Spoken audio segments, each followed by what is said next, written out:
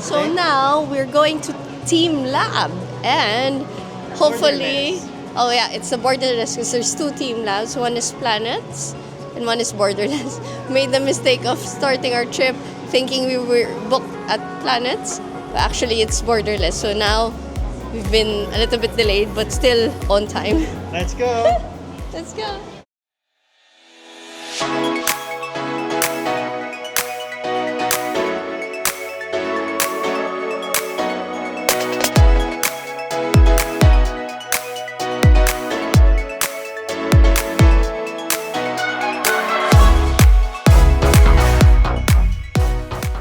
Travel family, welcome back to Journeying Journeys. Today we're diving into something absolutely magical, teamLab Borderless in Tokyo. Get ready for a mind-blowing digital art adventure and that your whole family will never forget. Now let's talk about some of the important things. How do we get there and how to book your tickets? First up, don't mix up the two teamlabs. So there are two teamlabs in Tokyo, teamLab Planets and teamLab Borderless. Now Borderless is located in Minatoku, Tokyo, specifically in the amazing Azabudai Hills complex. And the closest station, I think, there is the Kimayacho station on the Hibiya line. It's really convenient, it's just a few steps away, you can even go there straight, and it's connected to the Azabudai Hill complex. What's really interesting as well is that there are other major areas that you may want to visit, like Ginza and Roppongi, which is just quite close. So do consider that when you're booking for this place. Now we do have booking tips as well for you. There are two options that you can look at, or at least that we looked at. First, you can definitely go direct to the official teamLab website and you can kind of easily book there. Or for the others who have used Klook, it's a website where you can book all sorts of other attractions and they're all in English, so you don't have to worry about translations and whatnot. It's very easy. You can also book through that. We personally booked through Klook because that was the easiest for us. So let me take you through the most incredible spaces you'll discover here. Ooh, I love. Ooh. Stand. Ooh, look. Look at her shoelaces, Sarah. Yeah, mine too. Ooh. Renzo, look. Wow. You like it, Renzo? Wow. The wall is so fluffy.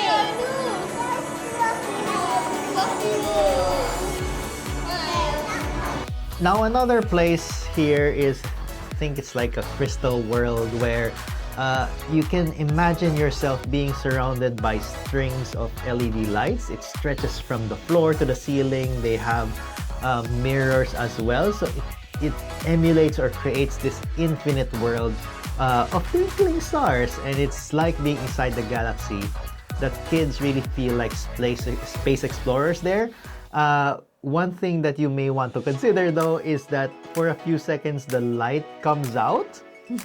Yeah, so I think it's around 5 seconds, but it definitely felt longer because I panicked a little bit when the lights turned off and I don't know where the kids are. Well, I couldn't see where the kids are, so I just was calling them to keep still and be close to us.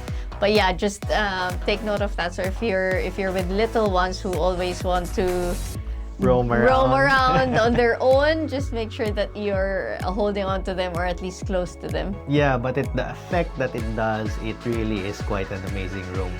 Now, another blind-flowing thing is like this digital waterfall or water-flowing room. So it really is interesting because it responds to your movement, and if you're sitting in one area, the sort of digital art moves around you. So it's really quite nice, and there's also a spot there where the kids can slide down People guide them, of course, the staff there. To ensure their safety. Yes. But it's really a big, I guess, mound, and the kids are just loving sliding down. So at the beginning, in the orientation video, they were saying that every room changes the projection every few minutes. So if you go back to the same room, it's not gonna look the same. Right now we've seen the images change already. Hi.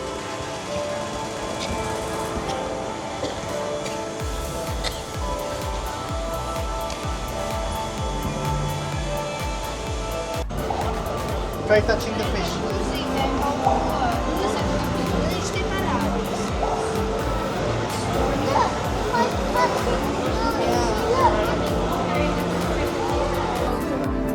So put your hand there, it will light up. Here.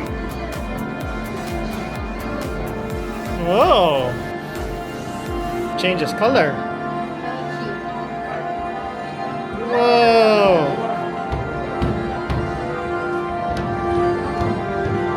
Let's go.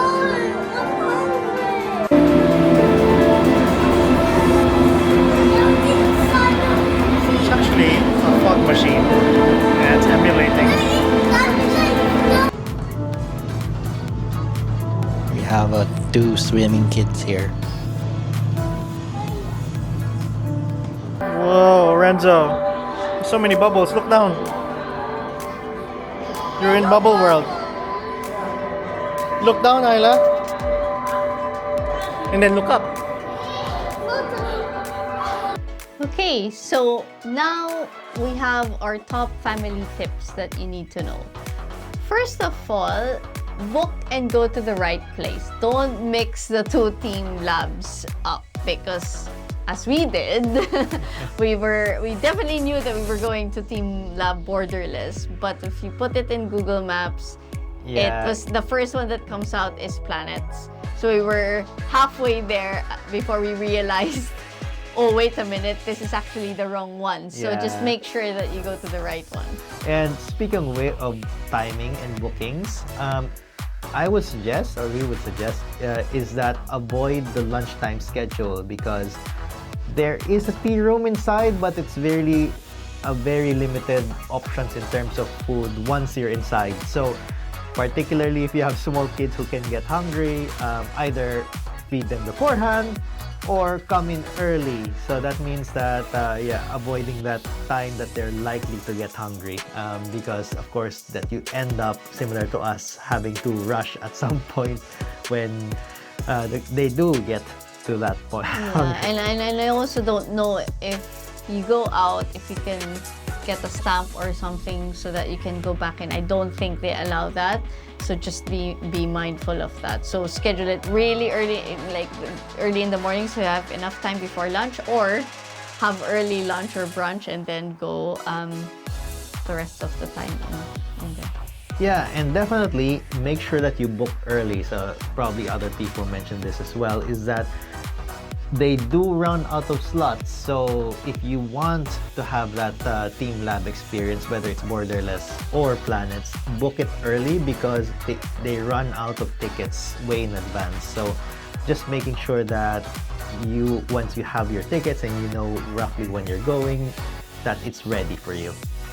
So we hope this guide helps you plan an amazing visit to teamLab Borderless. If you love this video, you'll definitely want to check out our Japan with Kids playlist. Don't forget to hit subscribe and that notification bell to join our family travel adventures. And remember, the best family memories are just one journey away. See you in the next video! Bye everyone!